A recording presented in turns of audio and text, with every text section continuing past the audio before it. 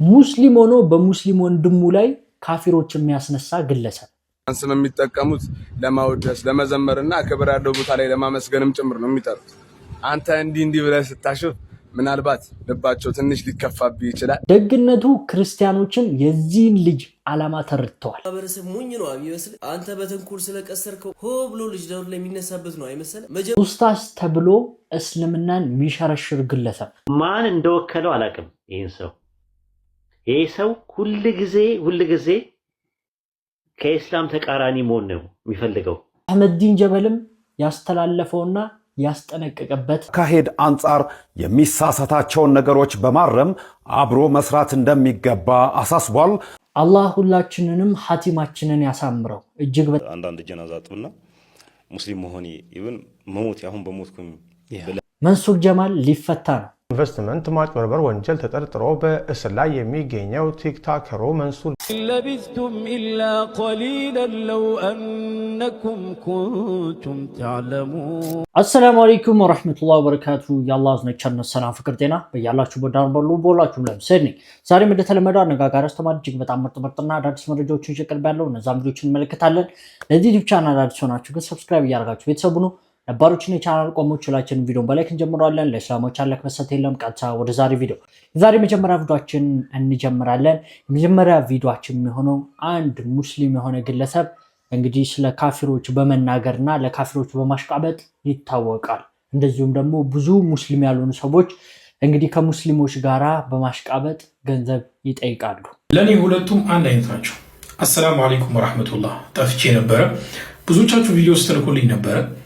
እኔ ግለሰቦች ላይ ትኩረት አድርጌ የምሰራው ቪዲዮ ብዙም እንትን አይለኝም። ነገር ግን አንድ ነገር ልንገራችሁ።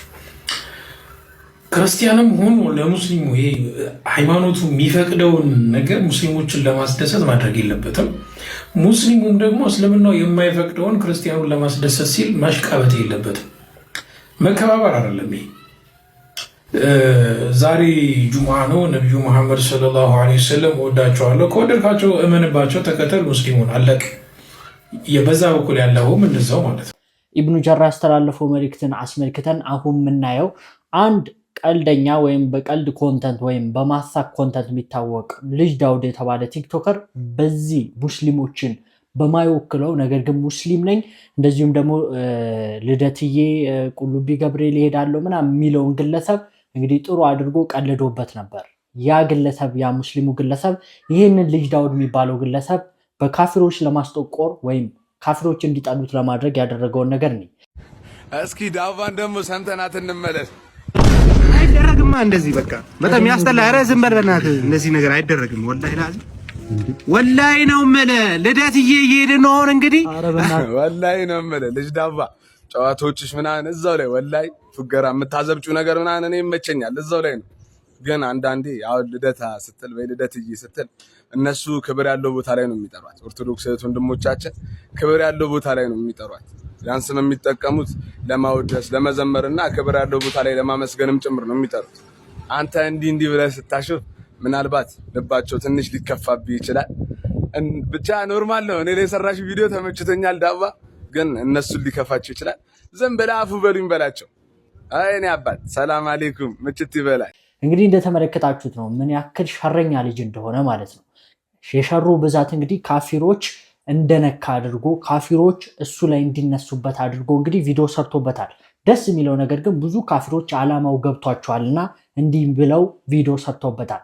ልደትዬ እየሄድን ነው አሁን እንግዲህ። ወላሂ ነው የምልህ ልጅ ዳባ ያው ልደታ ስትል ወይ ልደትዬ ስትል እነሱ ክብር ያለው ቦታ ላይ ነው የሚጠሯት። ኦርቶዶክስ እህት ወንድሞቻችን ክብር ያለው ቦታ ላይ ነው የሚጠሯት። እንዲህ ብለህ ስታሽፍ ምናልባት ልባቸው ትንሽ ሊከፋብህ ይችላል። አንተ በጣም መርዝ አቀሳሳሪ ነህ፣ ክፉ አቀሳሳሪ። ክርስቲያኑ ማህበረሰብ ሞኝ ነው የሚመስል አንተ በተንኮል ስለቀሰርከው ሆ ብሎ ልጅ ዳውድ ላይ የሚነሳበት ነው አይመስል። መጀመሪያም እኮ ሪጎራው ሳይገባን ቀርቶ አይደለም ቪዲዮሽን ስናይ ምናምን የነበረው እንደማታምኝበት እኮ እናውቃለን። ያው ያርግልሽ ፍቅር ይበልጣል ምናምን በሚለው ነው እንጂ። አሁን ግን እንደዚህ አይነት ተንኮል በዛ። ኢትዮጵያ ውስጥ ሃይማኖት ምን ያህል ሴንሲቲቭ እንደሆነ ታውቃለህ። እሱ ቪዲዮ ላይ ያስገባው ራስህ ስትናገራቸው የነበርካቸው። ለማንኛውም እንግዲህ ብዙ ሙስሊም ሆነው ለካፊር የሚያሽቃብጡ እስልምና ላይ የሌለን ነገር የሚተገብሩ በሁለት ማሊያ ልጮት የሚሉ በሁሉም ልወደድ የሚሉ ብዙ ሰዎች አሉ። በተለይ ደግሞ ሶሻል ሚዲያ ላይ ስንመጣ እንደዚህ አይነት ነገሮችን በጣም ታያላችሁ። ምክንያቱም ሶሻል ሚዲያ ሙስሊም ሆነም ያልሆነም ይጠቀመዋል።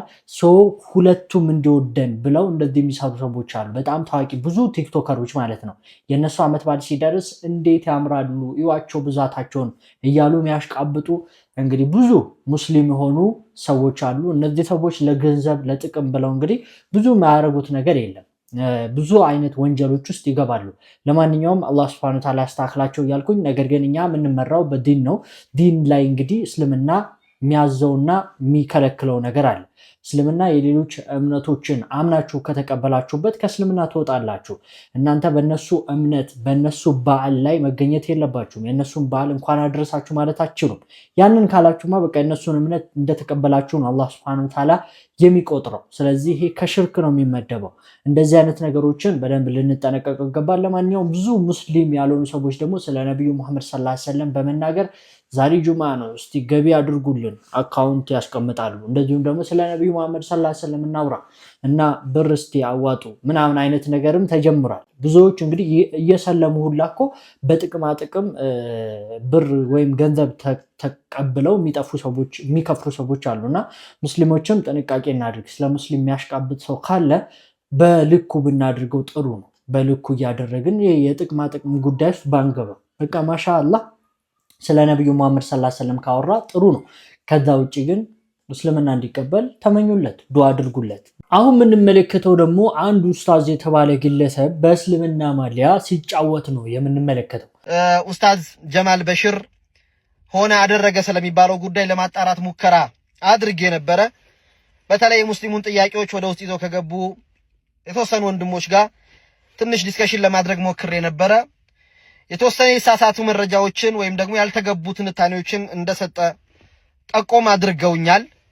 ከዛ በኋላ ግን የተወሰኑ ወንድሞች ተቆጥተውት ልክ እንዳልሆነ ነግረውት ጉዳዩ ግን የሂጃብ የኒቃብ ጉዳይ አሁንም የሙስሊሞች አጀንዳ ሆኖ እየቀጠለ ይገኛል። አልሐምዱሊላህ ረቢል ዓለሚን እዛ ውስጥ ባሉ ወንድሞች አባቶች መቼም አናፍረም ኢንሻአላህ። አጀንዳዎቻችን እስካሁን ከፍ እያሉ እየተደመጡ ተገቢነት ያላቸው የሙስሊሞች ጉዳይ እንደሆኑ ታምኖባቸው ወረፊት ቀጥለዋል። እድል ነው። ለምን ያባቴ ልጅ አይሆንም? ለምን ስጋዬ ወንድሜ እህቴ ለምን አትሆንም? እዚህም አገራዊ ምክር መድረክ ላይ የሚቀልድ ሰው ካለ በኢትዮጵያን ሙስሊሞች ላይ እጣ ፋንታ ላይ ነው የቀለደውና ዋጋ ይከፍላል። ወደዚህ የምንባልበት ጉዳይ አይደለም። ይሄ መንግስት እድሉን አመቻችቷል። መንግስት ጣልቃ ሲገባ እንኳን የኮሚኒቲ የግለሰቦች ሐሳብ እየተደመጠ ነው።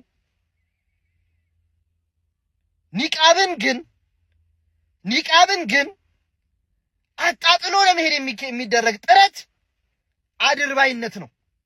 አልሐምዱሊላህ እንዳልኳችሁ በወንድሞች ጉዳዩ መስመር እንዲይዝ ተደርጎ ማገባው ጉዳይ ላይ ገብቶ ያቦካውንም አካል ተው ተብሎ ትቷል። ማን እንደወከለው አላውቅም። ይሄ ሰው ሁል ጊዜ ከኢስላም ተቃራኒ መሆን ነው የሚፈልገው። ለምን እንደዚህ እንደሚያደርግ አይገባኝም። ለምን እንዴትስ አምነውት መጅሊሶች ይሄንን ሰው እንዴት እንዳስገቡት ነው። ምን ያደርጋል እሱ? ሲጀመር ኢትዮጵያ ውስጥ ነዋሪም አይደለም እኮ። ሲጀመር ተቃራኒ መሆን ነው። ታቦት ኢትዮጵያ ውስጥ ያለው ታቦት እውነተኛ ታቦት ነው። ቁርአን ስለ ታቦት ይናገራል ይላል። የሆነ ሳለ ይነሳና እንኳን አደረሳችሁ መባባል ይቻላል። ክርስቲያኖች ወንድሞቻችን እህቶቻችን መባባል ይቻላል። ክርስቲያኖችን አሰላሙ አለይኩም ወራህመቱላሂ ወበረካቱ ማለት ይቻላል እያለ ስንት ነገር እያደረገ ሲያበላሽ ነው። ተቃራኒ ነው። የሆነ ሳለ ስለ ፍልስጤም ሲነሳ ምን አገባን እኛ ኢትዮጵያውያን ምን አገባን እያለ ብዙ ነገሮች ሲያበላሽ ነበር ይሄ ሰው። እና ምንም አሁን አንተ እኮ አንተ አልከው እንጂ አገር ያውቀዋል፣ ሰው ላይ ያውቀዋል። ኡስታዝ አንተ ነህ እንደዚህ እንትን ያልከው ስሙ እንዳይነሳ ምናምን ነገር ያልከው እንጂ አገር ያውቀዋል። ፀሐይ የሞቀው ጉዳይ ነው። ከክርስቲያኖች ሳይድ ነው ሁልጊዜ እንትን የሚለው ሁልጊዜ ክርስቲያኖችን የሚያስደስት ነገር ነው ሁልጊዜ የሚያደርገው። ማለት ተቃራኒ መሆን ነው የሚፈልገው። ስለ ታቦት ያወራል፣ ሲፈልገው እንደዚህ ነው ይላል። ክርስቲያኖችን ካፊር ማለት አይቻልም ይላል። ካፊር አይደሉም እነሱ አህለል ኪታብ ናቸው እያለ ይናገራል። እና ምንም እንትን ነው ምን ሊያደርግ እንደገባ ማላቅም። አንደኛ ዜግነትም የለውም፣ ሁለተኛ ነገር ደግሞ እሱም እንትን የሚለው ፖለቲካ ነው። ፖለቲካውን ዝም ብሎ ቢያካሄድ ይሻላል። እዛ የአባይ ጉዳይ ላይ ቢሰራ ጥሩ ነው። ከዛ በኋላ ከአብይ ጋር አብሮ እጅና ጓንት ሆኖ አማካሪ ሆኖ ቢሰራ ጥሩ ነው ይመስለኛል። የገቡት ልጆች አሉ፣ እነሱ ይንቀጨቀጫል፣ ቀጭቀጫ ነው በምንም ነገር ማለት ነው። እና ከዛ አንፃር ነው አላህ ሂዳያ ይስጠው። የምር ሁሉ ጊዜ ማስተኮስ ነው የሚፈልገው እስልምና ማለት ነው። እንዴ አንድ ጊዜ ምን እንዳደረገ ታውቃለህ? ቲክቶክ ላይ አውጥቷል እንትን እና ዝም ብዬ ገብቼ ስትለው እናንተ ሙስሊሞች ለምንድን ነው ክርስቲያኖች የምትጠሉት? ክርስቲያኖች እኮ አይጠሏችሁ ማለት ወላሂ ስመ ወላ ለምንድን ነው እንደዛ የምታረጉት ምናምን ነገር እያለ ከአንዱ ጋር እሱ ላይ ገብቶ ከስር ከሚጽፈው ጋር ዝም ብሎ እንትን ይላል። ውሻ ነጃሳ ነው የሚባለው ለረሱል ሰለላሁ ዐለይሂ ወሰለም ብቻ ናቸው ብሎ እኮ የፈታ ነው። መላእክት አይገባም የተባለው ምክንያቱም ወይ ይዞ የሚገባው ግልጠተ መለኮት ይዞ የሚገባው ነጃሳ የተባለው ለእሳቸው ነው እንጂ የተባለው ለእኛ ችግር የለውም ብሎ እኮ ፈትዋ የሰጠ ሰው። ብዙ ኡስታዞችም ብዙ ሰዎችም በሱ ላይ እየተናገሩ ይገኛሉ። ከዚህ በፊት የሰራቸው ስህተቶች ነበሩ። ስለ ፍልስጤማውያን በተመለከተ ከዚህ በፊት አውርቶ ነበረ። ስለ ፍልስጤማውያን ሲናገር እንግዲህ ያው ለፍልስጤማውያን ለምን ድምፅ ሆናለሁ የራሷ እያራረባት የውጭ ታማስ ስላለች አይነት ንግግር ሲናገር ነበር። በድጋሚ ደግሞ ኡስታዝ ነው የሚባለው ይህ ግለሰብ ነገር ግን የድሬ ልጅ ነች ምናምን የሚለውን ዘፈን በጣም ነው የምወደው ብሎ ሲዘፍን ነበረ።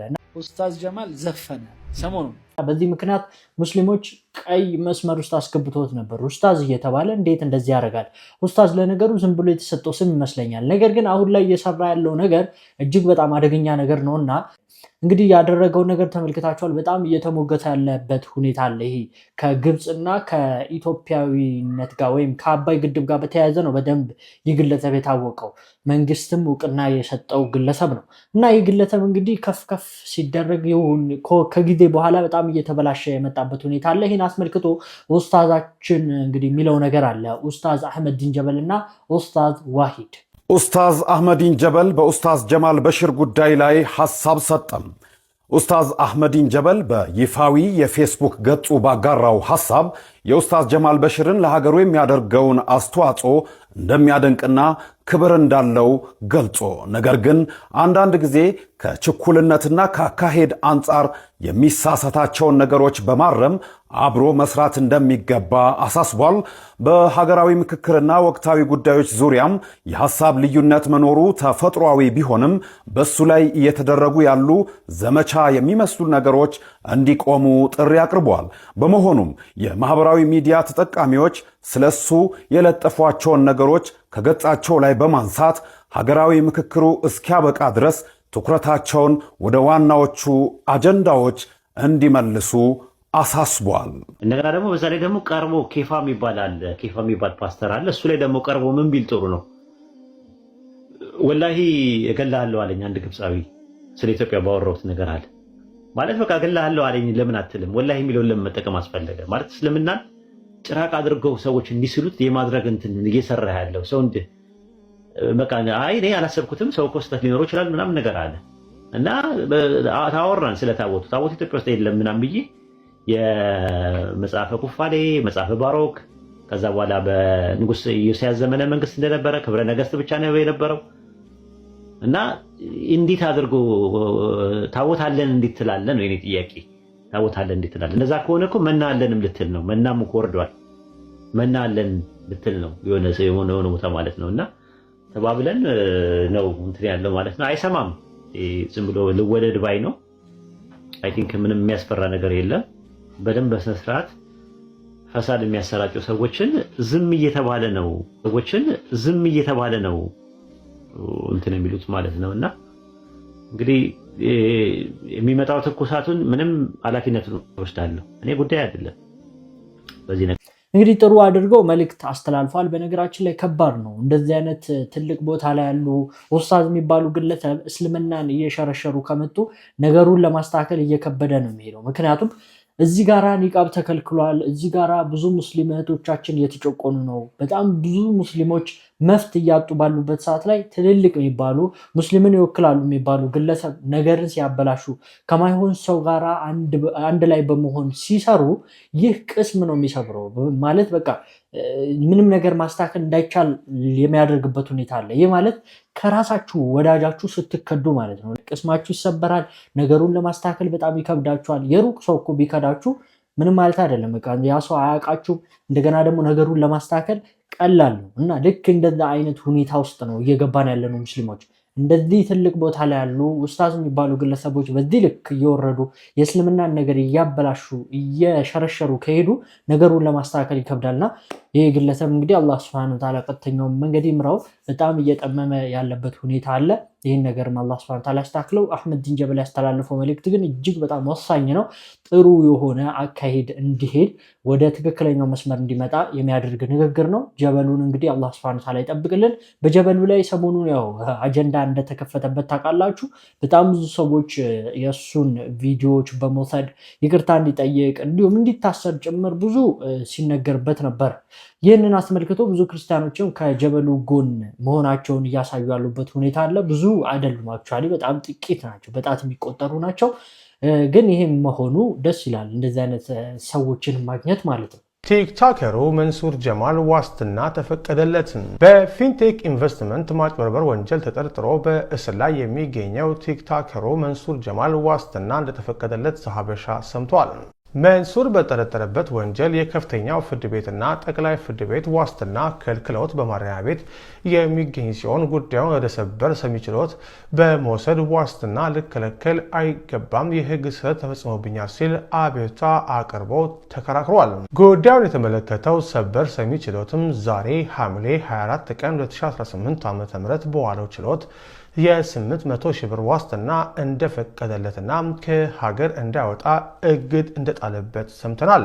ይሁን እንጂ የዋስትና ሂደቶቹ ባለማለቃቸው መንሱር እስከ ቀጣይ ሳምንት መጀመሪያ ድረስ በእስር ሊቆይ ይችላል ሲሉ የቤተሰብ ምንጮች ለዘሀበሻ ነግረዋል። ቅናት እና ትዳር ትዳር ያፈርሳል። ቅናት አስፈላጊ ነው፣ ግን ድንበር ያለፈ ጽናት አንድ ሰው ነበረ አሉ ካነ ከሲር الغيره በጣም ቅናቱ ቀጠቢስ ሆነ ላይዲኡ ዘውጀተው ተغيب عن عينه ከፊቷ ማይጠፋ 24 ሰዓት እንዲፈጠጥ ብሎ የሚያየት ማለት ጓዲያ በገባ ብሮ ይጓባ ሳሎም በመጣ ብሮ ሳሎም ይመጣል። ምስኪን ምን ምስኪን ታማሚ ነው እንጂ አይደለም። እኔ እንዳንተ አልወስደውም። ኧረ ታማሚ ስራው ሁሉ እሷን ጥበቃ ሆነ። ቅናትና ትዳርን አስመልክቶ ኡስታዝ ያስተላልፈው መልእክት ቅናት ከመጠን በላይ ሲሆን መጥፎ ነው፣ በልኩ ሲሆን ግን ጥሩ ነው። በልኩ ሲሆን እና ከመጠን በላይ መሆን የለበትም። እንደዚህ አይነት ባህሪ ያለባቸው ሰዎች ይኖራሉ። እንደዚህ አይነት ባህሪን ደግሞ የቀነሳችሁ ችግራችሁን ያስተካክላችሁ መሄድ አለባችሁ። ያው ትዳር ላይ ያላችሁ ሰዎች ደግሞ በዚህ ጉዳይ ላይ ሀሳብ ነገር ብትጥሉልን፣ ኮመንት ላይ ብታስቀምጡልን ደስ ይለናል። በጣም የሚያሳዝን የቀብር ውስጥ ገጠመኝና የጀናዛ ቆፋሪው ግለሰብ ታሪክን እስኪ እንመልከተው።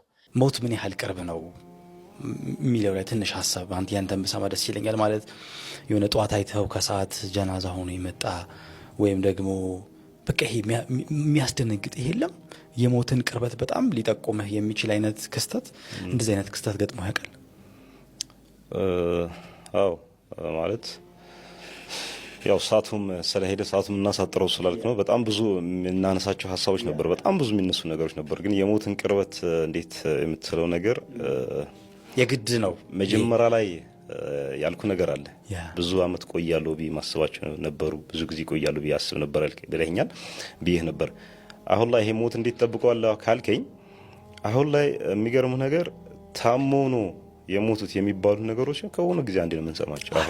አሁን ላይ ታሞ ነው የሞተው የሚባለው ታሞ ነው፣ በቃ ሰውየው ታሞ ነበር የሞተው ከተባለ ምንም አልহামዱሊላህ ነው የምትለው። በቃ ምንም እንትን አትልም። ግን ድንገተኛ ሞቶች ከምነግርህ በላይ በስቶ የመጡት አሁን ላይ ድንገተኛ ሞቶች ናቸው።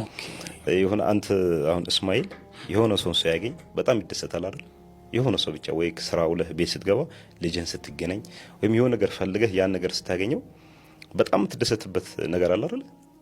እኔ አሁን ላይ በጣም የሚያስደስተኝ ነገር ማታ ተኝቼ ጠዋት የፈጅርን ያዛን ድምጽ ሰማ ነው። በጣም የሚያስደስተኝ ነገር ለምን አንዲችም ለሊት ተኝቼ አላውቅም እሞታለሁ ብዬ እንጂ። አሁን ላይ እኔ ቤቴ ውስጥ ከፈኖች አሉ፣ የሚታጠቡባቸው ግላቦች ምናምን ነገሮች አሉ፣ ሁሉ ነገሮች። ለማን አንደኛ ለራሴ ያዘጋጀሁት አለ በቤት ውስጥ። በቃ በሞት ራሱ ይሄ ነገር ነው። አሁን ስሞት በራሴ ከፈን ነው መቀበር እንፈልገው፣ ራሴ ባዘጋጀሁት ከፈን። አንደኛ ቀን ላይ በተለያየ ሀል ላይ ከሰዎች ጋር ትገናኛለህ፣ ትነካካለህ። እነዛ ከፈኖችን ስታይ እስተፋር ታደርጋለህ። በሳምንቱ ወይ አንድ ቀን ወይ ሁለት ቀን አንድ ቆርጬ ያስቀመጥኳት ከፈን ለብሼ መተኛት እፈልጋለሁ። እዛ ላይ ትንሽ ተፈኩር ለማድረግ እና ያንዳንዱ ለሊት ስተኛ በቃ እሞታለሁ፣ ዛሬ የመጨረሻ ቀን ነው። አሁን ላይ ትንሽ ካንተ ጋር እያወራሁ የህይወት ቁርጠት ከተሰማኝ እየሞትኩኝ ነው። አሁን ትንሽ የግሬ ምናምን ነገር አንዳንዴ በተቀመጥ የመደንዘዝ ባህሪ ያለው አይደል? እየሞትኩኝ ነው፣ እየቆነጠጥኩ ቼክ ማድረግ ማለት ነው። ለምን በጣም ያስደነግጣል። አሁን አንድ ጥያቄ ጠይቀኝ ነበር። በጣም የሚያስደነግጥህ ድንገተኛ ሞት በአደጋ የሞቱት ወይስ በእድሜ ገፋ ያሉ ብለህ ነበር። በነገራችን ላይ ሁሉንም ሰው ህፃኑም ትልቁ ማዋቂም ሲሞት ያስደነግጣል። እንደ ሰው በመሆን ብቻ የምታዝነው ነገር አለ። እኔ በአደጋም ከሞተ ወይም ታሞም ከሞተ በጣም የሚያስደነግጠኝ ድንገተኛ ሞት የሞተው ወጣትም ይሁን ሽማግሌም ህፃንም የእድሜው ልዩነት አይደል፣ ግን በድንገት አብዛኞቹ አሁን በተኙበት ሞቱ ተገኙ። እንዲሁ ዝም ብሎ ወድቆ ሞትም የሚባሉ ነገሮች ይበዛሉ። እንደውም ከዚህ በፊት አንድ ምን ሰማው፣ ቤት ራት አቀረቡለት፣ ራቱን በላ። ሐዲሟ የእጅ መታጠቢያ ውሃ ልታመጣለው ወጣ፣ እስክትመለስ ድረስ ሞቷል። እንደዚህ አይነት ነገሮች ነው በጣም የሚያስደነግጥ። በቃ የትኛውም ሰዓት ላይ እንደሞት እርግጠኛ ነኝ አሁን ላይ ማለት ነው። በፊት ያልነበረ ነገር አሁን ላይ መጣ ነገር በቃ በየትኛውም አጋጣሚ ልሞት ይችላል። በተጨባጭ አይተኸዋል፣ ሰዎች አይተዋል። አሁን ላይ ያለው ነገር ይሄ ነው። በቃ ባለፈኛም መስጂድ እንደዚህ መግሪብ ሰግዶ ቪዲዮ ሰርችበት ነበር። መግሪብ ሰግዶ ልክ እስቲግፋር ሲጀምር ሰውዬው ሄዷል ወደ አኺራ። እንደገና ደግሞ እዚህ ሐጅም ሄዶ ፈጽሞ ሲመለስ እንደዚሁ ከፕሌን እንደወረደ። አረ እንደዚህ አይነት ነገር በጣም ብዙ ናቸው። እንደዚህ ቆጥረህ የምትደርስባቸው ታሞ መሞት ነው ብርቅ የሆነው። ታሞ መሞት ነው፣ ሰርፕራይዝ ነው የምትሆነው። በቃ ታሞ መሞት በጣም ሰርፕራይዝ ነው። እንደው ደስተኛ ሆነ ነው ማልቀስም አይገባ። አንዳንድ ጀናዛ አጥብና ሙስሊም መሆኔ ይሁን መሞት አሁን በሞትኩኝ ብለህ የምትመኝባቸው አይነት ሀቲማዎች ደስ የሚሉ ነገሮችን ያጋጥማል። ያው አንዳንዶቹ ሚዲያ ላይ ያካፈልኳቸው አሉ። ከነሱ አንደኛው አንዴ እንደውም ሰለምት ነበረች የሰራሁት ቪዲዮ አይተው ከሆነ ያ ጀናዛ እስካሁን ድረስ ሽታው አሁን ድረስ ማለት ነው ይሰማኛል። አሁን ድረስ ማለት ነው። ሁሌ በገባሁኝ ቁጥር ወይም ለሂድማ ስወጣም ሁልጊዜ ቦታውን አየዋለሁ። ጀናዛው የመቃብሩን ቦታውን አየዋለሁ። ያን የተፈጠረው ነገር ምንድነው? በእለቱ ከ5 በላይ ጀናዛዎች ነበሩና ያው ጉድባዱ ያው አዲስ አበባ ላይ ያለው ጉድባድ ትንሽ ቀረቤታ አለው ከቦታ እጥረት አንፃር ካንዱ ማለት ነው። እና አሁን እኛ ስንቀብር በግራ በኩል ለህድ ይቆረጣል፣ በቀኝ በኩልም ለህድ ይቆረጣል። ማለት መጀመሪያ የተቀበረ አሁን 3ኛ ዙር ነው የሚቀበርበት መሬቱ ማለት ነው። እና የመጀመሪያ የተቀበረውን በቀኝ በኩል ካለ መጀመሪያ የተቀበረውን ጀናዛ እንዳይነካ በግራ በኩል ይቆረጣል ለህድ ማለት ነው። እና ያን በግራ በኩል መጀመሪያ የተቀበረው ደግሞ ከዛ በፊት ወይ ትላንቱ ወይ ቀደም ብሎ የተቀበረው በቀኝ በኩል ለህድ ከሆነ ወደ በግራ በኩል ስቆርጥ ትንሽ ሁለቱ የመገናኘት ወይ ደግሞ የመቀራረብ አጋጣሚዎች ይከሰታሉና እንደዛ አይነት ነገር ተከሰተ። እኛ ለሰላት ሄደን ሰግደን ስንመለስ አንደኛው ጉድጓድ ፈርሷል እና እዛ አካባቢ ላይ የነበሩ ነሳራዎች ነበሩና ቆሞ ክብ ሰርቶ ያዩታል። ጉድጓዱ ማለት ጀናዛው ተከፍቷል፣ ያው ከፈኑ ይታያል። ሲጀናዛ ነበርችና ከፈኑ ይታያል። ከዘክ ስንመጣ ሰዎች ክብ ሰርቶ ቆመ ያያሉ። ምን ተፈጥሮ ነው ብዬ ፈጠን ብዬ ገባሁኝ። እኔ ብዙ ጊዜ ልክ ቀብር እንደሰገድን ቀደም ብለን እንወጣለን እኔና ጓደኞቼ ማለት ለምን ጀናዛዎች እናያቸውና ፊዚካል ካላቸው ማስተካከል ሰውነት ቁመት ካላቸው ያን ነገር ምቹ እንዲሆን ለማድረግ ቀደም ብለን እንወጣለን ጀናዛው ከመምጣቱ በፊት። ሰውታ እንዳጋጣሚ ሰዎች ክብ ሰርቷል። ቀረብ ብዬ ሳየው ጀናዛው ይታያል። በጣም ደንግጫለሁ። ማለት ሰዎች እዛ ጋር የነበሩ ሰዎች አንደኛ ያው የነበሩ ሰዎች መሳራም እንደመሆናቸው ምንድነው ማድረግ ያለብኝ? አንደኛ ጀናዛ ሁሉም መጥተዋል። ይሄ ጉድጓድ ደግሞ ሊቀበርበት የተዘጋጀ ነው። የመጀመሪያም ጊዜ ነበር ሲያጋጥመኝና ምንድነው ማድረግ ያለብኝ? ኡስታዝ አብዱልናስር መጣና ምንድነው ኡስታዝ እንዲህ ነገር ፈርሷል እስቲ ያውና ግባና አስተካክላል። ቀለል አድርጉ ማለት ግባና አስተካክላለኝ። ያው ትእዛዝ ነው። ገባኝ። ልክ ዝቅ ብዬ ቦለኪትን አንስቼ ሸዋላ አድርግ ስል የሆነ ሽታ ደስ የሚል ሽታ መጣ። ምን ያህል ጊዜው ነው ቀብሩ ከተቀበረ? 7 ጊዜ ነው። 7ኛ ቀኑ ነው። ጀናዛው ከተቀበረ 7ኛ ቀኑ ነው። አሁን ጀናዛው በተቀበረ በሁለተኛ በሶስተኛ ቀን ያለው ነገር ከምን ሰማው ነገር ማንጻር በዚህ ልክ አይሸትም። ምናልባት የሆነች የተቀየረ ሽታ ሊኖር ይችላል። እኔ ብዙ ነገር ፈርቻለሁ ሀቂቀተን ስትገባ ማለት ነው። ስገባ ማለት ነው። አንደኛ ከምሰማቸው ነገሮች አሉ፣ ሁለተኛ ያለው ሪያሊቲም ደግሞ ያም ስለሆነ ማለት ልክ ስገባ የሆነች ደስ የሚል ሽታ ሸተተኝና ዝቅ አልኩኝ ወደ ጉድጓዱ። ሳሸተው በጣም ደስ የሚል ሽታ ነው ያለው። ትንሽ ሰዓት መቆየት ፈለኩኝ ማለት ሽታውን መጀመሪያ የነበረውን ስሜት በቃ እንዲጠፋ አደረገኝና ግን ሰዎች አሉ የግድ ይሄን ነገር ሸፍኝ መውጣት አለብኝ የነበረውን ቦሊኬቱን አመጣኝ ከዳደንኩኝና አፈረናል ብዬ ወጣሁ። እንግዲህ ግለሰብ ብዙ ጊዜ ሞትን በማስታወስ ይታወቃል። ያው መቃብር ቦታ ላይ ነው የሚሰራው። በጣም ብዙ ጊዜ ስለ ቀብር ነው የሚያስታውሰና አላህ Subhanahu Wa Ta'ala ማማታችንን ያሳምርልን ሁላችንንም። አላህ Subhanahu Wa Ta'ala በዲን ላይ ኖረን በሃቲማ ምንሞት አላህ አድርገን። እጅግ በጣም ምርጥ መልእክቶችን ነው ያስተላለፈልን። በተለይ ደግሞ ይሄ ከጀናዛ አጥበት ጋር ተያይዞ ዲቴል የሆነ ነገር ነግሮናል ማለት ነው። ሁሉም ሰው ዱንያ ላይ ለጊዜያዊ ህይወት ነው የመጣው። ተፈትኖ አላህ Subhanahu Wa Ta'ala ተገዝቶ ይሄዳል ወይስ አላህን አምጾ ወይም ደግሞ አላህ ሲፈትነው አማሮ ወደ አኺራ ይሄዳል የሚለውን ነገር ነው እንግዲህ ልናይ የመጣ ነው። እናም እንግዲህ መጨረሻ ላይ ወደ ቀብር ሁሉም ይገባል። ሀብታሙም ደሃውም ባለስልጣን ሁሉም እኩል ይሆናል እና አላህ ማማታችንን ያሳምረው። የሞቱትን ቤተሰቦቻችንን የምንወዳቸውንም ሰዎች ወንድመቶቻችንንም አላህ የጀነት ያደርግልን። ጀነተል ፊርደውስ አላህ ያስገባቸው። እኛንም በአኺራ ምናገኛቸው አላህ ያድርገን። ኃይሌ ገብረስላሴ ኑሮ ከብዶኛል እያለ ነው። ቢሊየነሩ ኃይሌ ገብረስላሴ ኑሮ ከብዶኛል፣ ግብር መክፈል አቅቶኛል እያለ ነው። ቪዲዮን ልጋብዛችሁ እስከ መጨረሻው ተከታተሉ። እኔ ብር አላጣው፣ ፍትህ ነው ያጣሁት። ፍትህ እንዲሰፍን ነው የምፈልገው። ምክንያቱም እኔ በዝቶብኛል። ፕሮፐርቲ ታክስ ከፍል የነበረው 20 ምናምን ሺህ 30 ምናምን ሺህ አሁን በሚሊየን ደረጃ ስትጠየቅ በ2 በ3 ሚሊየን ስትጠየቅ ወደ ምንት እኔ ልሽጥም ብል ህንፃውን የሚገዛኝ የለም። ያም እንደኔው ችግር ውስጥ ሊገባ ነው። ልሽጥ ደግሞ ስትል ምንድነው ስም ማዛወሪያም ሌላ ሆኗል አሉ ታሪኩ። 20 ዓመት ብለህ ትመጣና የሆነ ዓመት ላይ የሆነ ሳምባዲ መጥቶ ፖሊስ እንዲቀርጫለሁ ብሎ ሲል ሁሉ ነገር ይጠፋል። ያማምን መሄጃ አለ። እኛ ነዋሪዎች ነን፣ እዚህ ኢትዮጵያ ውስጥ ነዋሪዎች ነን። ግን ከውጭ የሚመጣ አይደለም፣ ከውጭ ሊመጣ እዚህ ያለው አሁን በርበሩን ያህል። ኃይሌ በነገራችን ላይ በጣም ብዙ ቦታዎች ሆቴል አለው፣ በየሀገሩ ሆቴል አለው እና ኢትዮጵያ ውስጥ ኑሮ ከበደኝ እያለ ነው ያለው። ያው የግብሩ የታክሱ ነገር በጣም ሀገራችን ውስጥ በጣም እየተባባሰ ከቀን ወደ ቀን እየተበላሸ ያለበት ሁኔታ አለ። ይህን ነገር አስመልክቶ ይመስለኛል እንደዛ ያለው እና ብዙዎች እሱ እንደዚህ ካለማ እኛ እንዴት ልንሆን ነው እያሉ ያሉበት ሁኔታ አለ። ለማንኛውም ሙስሊሞች ይሄ በዱንያዊ ጉዳይ ምን በላለው ምን እጠጣለሁ እንዴት እኖራለሁ በሚለው ጉዳይ ላይ ብዙም አይጨነቁም። ምክንያቱም አላህ Subhanahu Wa Ta'ala 5 ወቅት ሰላታችሁ ስገዱ በአግባቡ እኔ ራሱ ነው ምረዝቃችሁ ርዝቃችሁ ከኔ ነው ብሏልና ማለት ነው። ወደ ውጪ መረጃ ወስዳችኋለሁ። ጋርዲዮላ ተው መጀመሪያም ፍቅር አልወጣልንም፣ አራት አስለቅሰን 28 እንግዲህ በጋዛ የተጎዱ ህፃናትን ስፔን በሚገኘው አካዳሚ ውስጥ እንግዲህ አስገብቷቸዋል። ብራዚል ያለምንም አለ አይደለ ከቴንሽን እንዲወጡ በቃ የቦምብ ናዳው ምናምን አድክሟቸዋል ብሎ ለ28 ህፃናት ስፔን ውስጥ ትልቅ ተስፋ ያለው ትልቅ አካዳሚ ውስጥ ተቀብሎ አስገብቷቸዋል። እኔ እኮ ሶል የሆነ ሰዓት ከቶተናም ጋር ሲጫወቱ ከበረኛ ጋር ሲገናኝ በዳዴ እንደዛ ሲንቆራጠጥ በአፍጥሙ ሲደፋ ሳይው በቃ የሰውየም አረመኔን ይገለናል። ይህን ሁሉ ዋንጫ በልቱም አሁን ምን አለ የቀድሞ ሚካኤል አርቴታ በበላል አለው። ለካ የማሸነፍ ትጋት እንጂ ሰውየው በጣም የሰው ልጅ ነው። ብራዘር እንግዲህ ጋርዲዮላ ዛሬም እያስደሰተን ይገኛል።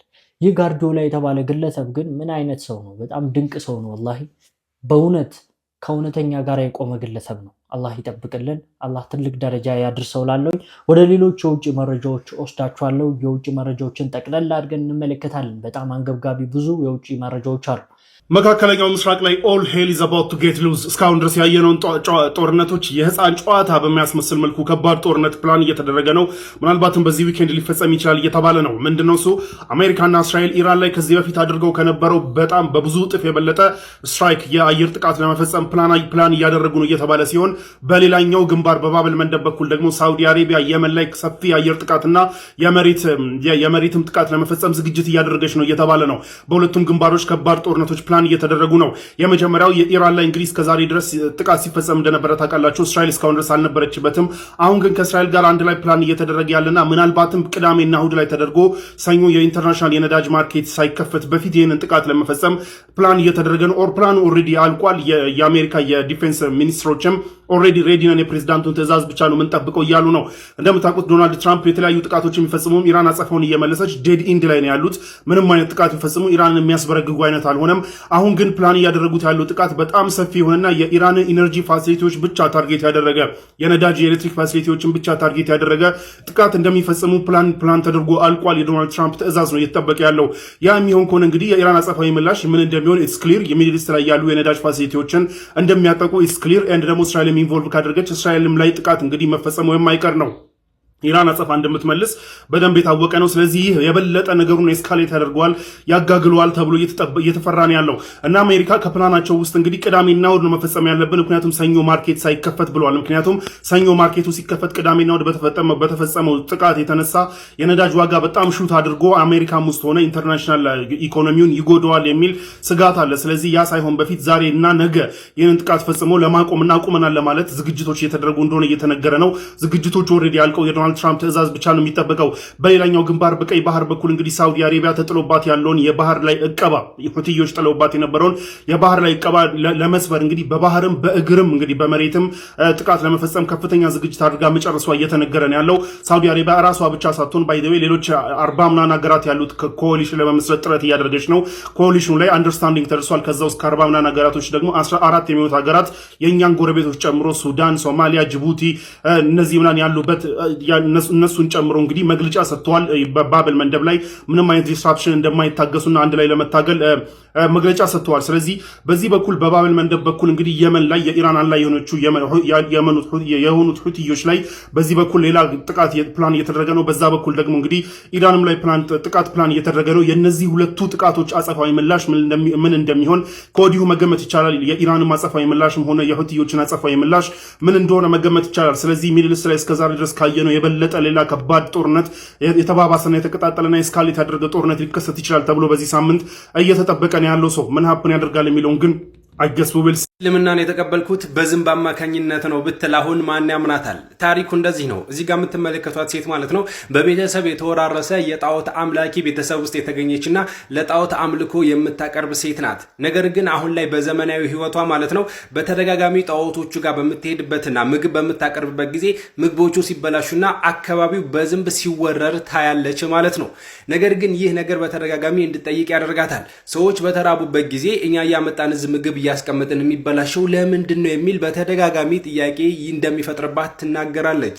ነገር ግን በአጋጣሚ ህይወቷን የቀየረው ማለት ነው የአንድ የቁርአን አንቀጽ ነው ትላለች። ሱረቱል ሐጅ ላይ ያለው አላህ ስለ ዝንቦችና እነዛ ስለ ጣዖት አምላኪያን የተናገረበት መንገድ ነው። አላህ በዚህ አንቀጹ ማለት ነው እንደሚያብራራው ከሆነ እነዚያ ከአላህ ውጭ የሚያመልኩ ሰዎች ማለት ነው ወይም ደግሞ ከአላህ ውጭ የሚመለኩ እነዛ ጣዖታን ቢሰበሰቡ እንኳን አንዲትን ዝንብ መፍጠር አይችሉም ይላል። ይህ ብቻ አይደለም፣ ዝንብ የሆነ ነገር ብነጥቃቸው እንኳን ማለት ነው መልሰው ማግኘት አይችሉም የሚል የቁርአን አንቀጽ እንግዲህ እች ሴት ትሰማለች እና እሷን በተደጋጋሚ ከምታየው ከዛ ጣዖቶቹ ጋር ከሚሰበሰቡ ዝንቦችና ያ ከሚበላሸው ምግብ ጋር ማለት ነው ታገናኘዋለች። እውነተኛ አምላክ ቢሆኑ እኮ ማለት ነው ይሄንን ነገር መቋቋም ይችላሉ፣ እስከሚሸት መጠበቅ አይችሉም የሚል ማለት ነው ተደጋጋሚ ጥያቄ ይቀርብላታል ማለት ነው። ከዛ በኋላ የተለያዩ ቁርአኖችን በማንበብ እንግዲህ አሁን ላይ እስልምናን በይፋ መቀበሏን አሳውቃለች። ተመልከቱ የአላህን ስራ እንግዲህ በዚህ ምክንያት ስትመራመር እስልምናን አገኘች። ሱብሃንአላህ። ሐማስ ሙሉ ለሙሉ ትጥቁን ለመፍታት ተስማምቷል ሲሉ ዶናልድ ትራምፕ እየተናገሩ ይገኛሉ። በጋዛ ውስጥ የሚገኘው ታጣቂ ቡድን ወይም ደግሞ በፍልስጤም እውቅና የተሰጠው የሐማስ ታጣቂ ቡድንም እንግዲህ ሙሉ ለሙሉ ትጥቁን ለመፍታት ተስማምቷል። እንዲሁም ደግሞ ስምምነት ላይ ደርሷል። በጥቂት ቀናት ውስጥ እንደሚፈራረሙ ጭምር ዶናልድ ትራምፕ እየተናገሩ ይገኛሉ። እንደሚታወቀውም እንግዲህ እስራኤል ወደ ጋዛ የተለያዩ ጥቃቶችን እንዲሁም ደግሞ አዳዲስና አውዳሚ የተባሉ ጥቃቶችን እየሰነዘረች እንደሆነ የሚታወቅ ነገር ነው። እስካሁን ድረስ ከነበሩ ጦርነቶች በላይም እንግዲህ በቀን በጣም በርካታ ሚሳኤሎች ነው ወደ ጋዛ እየሰነዘረች የምትገኘው። በዚህ ሰዓትም እንግዲህ ዶናልድ ትራምፕ እንዳወጡት መግለጫ ከሆነ ሐማስ ሙሉ ለሙሉ ተስማምቷል፣ በቅርቡ ይፈራረማሉ፣ እንዲሁም ደግሞ ጋዛ ለቆ ይወጣልና ትጥቁ ሙሉ ለሙሉ ይፈታል እያሉ ይገኛሉ። የነገር የሚሆን ከሆነ እስራኤል ወደ ጋዛ የምትሰነዝረው ጥቃት ይቆማል ተብሎ ይታሰባል። ይህ ዜናም እንግዲህ በጋዛ ውስጥ ለሚገኙ ፍልስጤማውያን መልካም የተባለ ዜና ነው። ተጨማሪና አዳዲስ መረጃ የማገኝ ከሆነ አጋራችኋለሁ። የፕላስ ምልክቷን መጫናችሁን አትርሱ። መልካም ቆይታ ይሆናላችሁ። ለሙስሊም እህቱ ሲል ህይወቱን የሰዋው ቤልጂየማዊ ሰሞኑን መነጋገሪያ ሆኗል። እዚህ ጋር የምትመለከቱት ሰው እንግዲህ ድሪስ አትዋን የተባለው ሙስሊም ራሱን የሰዋው ሁኔታው እንዴት እንደተፈጠረ ልንገራችሁ። አንዲት ሙስሊም ሴት በአደባባይ እየሄደች ባለችበት ሰዓት ላይ የእስላሞፎቢያ ያለበት ወይም ደግሞ የእስልምና ጥላቻ ያለበት አንድ ሰው ያችን ሙስሊም ማለት ነው እንግዲህ በኃይለኛው እየሰደበና መንገድ እንዳትሄድ ያደርጋታል። በአቅራቢያው የነበረው እንድሪስ አትዋን እንግዲህ የሱፐርማርኬት ባለቤት ናቸው።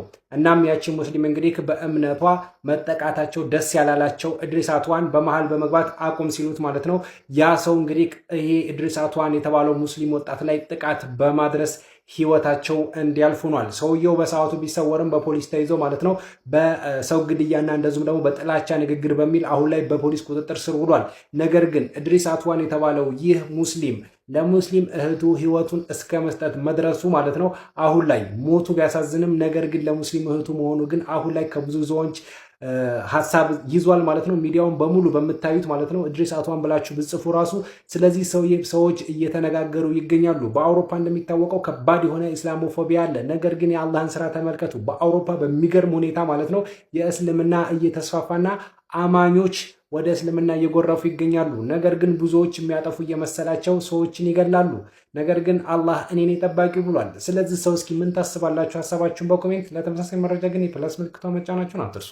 እነሆ እንግዲህ የዛሬ ቪዲዮ ይህን መሰል ነበር። ሳይነበርኩ ቪዲዮ ላይክ፣ ቻናል ሰብስክራይብ አድርጉ። ቪዲዮ በተለሻል እንዳሸር አድርጉ። አላህ ብጀን ታገናኛል። ወሰላሙ አለይኩም ወራህመቱላሂ ወበረካቱ።